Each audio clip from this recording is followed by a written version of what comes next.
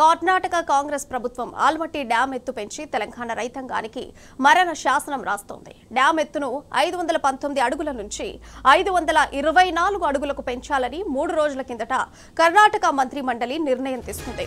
అయినా తెలంగాణ ముఖ్యమంత్రికి సోయలేదు. కృష్ణా జిల్లాలో తెలంగాణ హక్కులను బొందపెట్టి ఉమ్మడి మహబూబ్ నగర్, నల్లగొండ, రంగారెడ్డి జిల్లాలను ఎడారులుగా మార్చేందుకు కర్ణాటక కాంగ్రెస్ కుట్ర పన్నుతుందని తెలిసినా దున్నపోతు మీద వాన పడ్డట్టుగా వ్యవహరిస్తున్నాడు.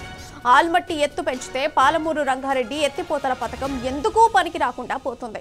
కేసీఆర్ హయాంలో 90% పనులు పూర్తయినా ఈ పథకం నిర్వీర్యమవుతుంటే పాలమూరు బిడ్డగా చెప్పుకొని రేవంత్ చూస్తూ ఊరుకోవడం దారుణం.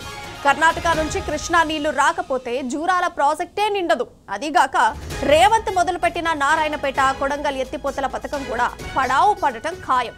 కర్ణాటక కాంగ్రెస్ ప్రభుత్వ కుట్రను వెంటనే అడ్డుకోకపోతే రైతులతో కలిసి మహోద్యమాన్ని నిర్మిస్తామని BRS working president KTR warning ఇచ్చారు. ఆల్మట్టి ప్రాజెక్టు ఎత్తు పెంపు అంశం సుప్రీంకోర్టులో పెండింగ్ లో ఉందన్నారు కేటీఆర్. 2014లో తెలంగాణ ఏర్పడ్డాక కేసీఆర్ ఈ పోరాటాన్ని కొనసాగించి సుప్రీంకోర్టులో స్పెషల్ లీవ్ పిటిషన్ వేసి ఆ స్టే కొనసాగేలా చేశారని గుర్తు చేశారు.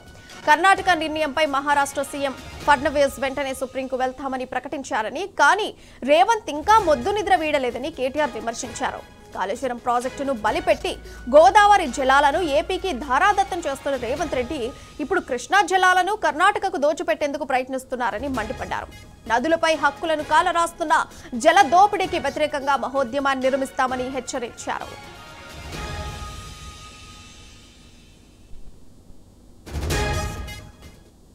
ఇక ఇదే అంశానికి సంబంధించిన సమాచారం మా ప్రతినిధి లివిల్ ఫోన్ లైన్ ద్వారా అందిస్తారు. అయితే లివిల్, చెప్పండి, తెలంగాణను ఎడారిగా మార్చేందుకు కర్ణాటక కాంగ్రెస్ అన్ని కుట్రలు చేస్తుంటే కూడా ఈ తెలంగాణ రాష్ట్ర ప్రభుత్వం ఎందుకు ఆపట్లేదు, ఆపే ప్రయత్నం ఎందుకు చేయట్లేదు? పూర్తి డీటెయిల్స్ ఏంటి లివిల్?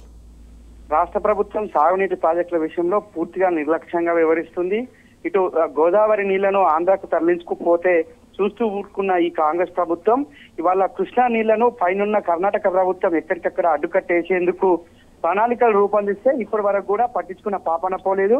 వాళ్ళ ఆల్మట్టి ఎత్తు పెంపుకు ఇప్పటికే అక్కడున్న కర్ణాటక ప్రభుత్వం గ్రీన్ సిగ్నల్ ఇచ్చింది. దాదాపు 5 ఫీట్ల ఎత్తు పెంచడానికి 70,000 కోట్లను ఖర్చు చేసేందుకు ఇప్పటికే ప్రణాళికలు రూపొందించింది. 40 లక్షల ఎకరాలకు నీళ్లు ఇచ్చే ఈ నేపథ్యంలోనే ఇవాళ పూర్తిగా కర్ణాటక ప్రభుత్వం, కాంగ్రెస్ ప్రభుత్వం ఆల్మట్టి డ్యాం ఎత్తు పెంచితే తెలంగాణ రైతాంగానికి మరణశాసనం రాస్తుంటే ముఖ్యమంత్రి మాత్రం పట్టించుకున్న పాపన పోతలేడు.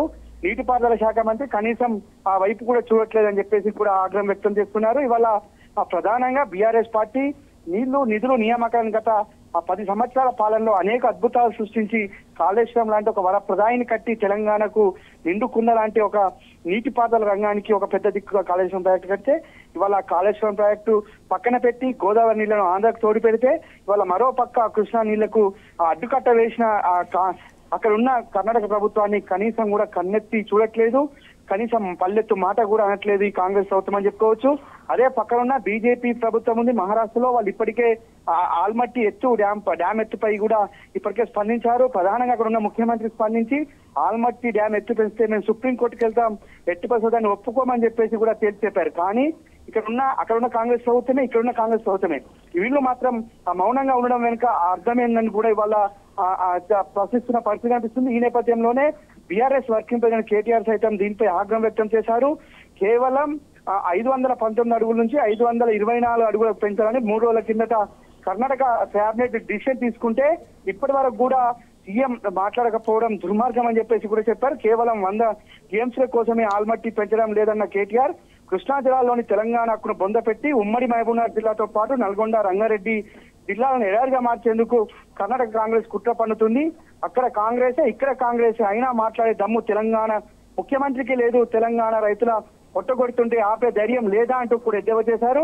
ఇది ముమ్మాటికి రాష్ట్ర ప్రభుత్వ వైఫల్యం అని చెప్పేసి కూడా ప్రశ్నించారు.